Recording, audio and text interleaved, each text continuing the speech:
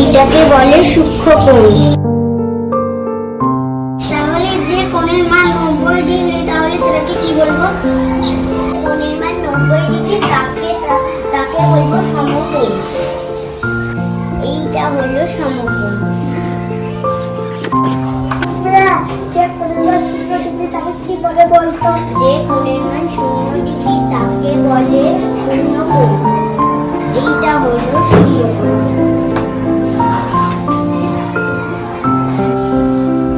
যে কোণের মান 90 ডিগ্রি থেকে বড় কিন্তু 180 ডিগ্রি থেকে কম তাকে বলে স্থূলকোণ। এইটা হলো স্থূলকোণ। যে কোণের মান 180 ডিগ্রি তাকে কি বলবো? যে কোণের মান 180 ডিগ্রি তাকে সরলকোণ বলবো।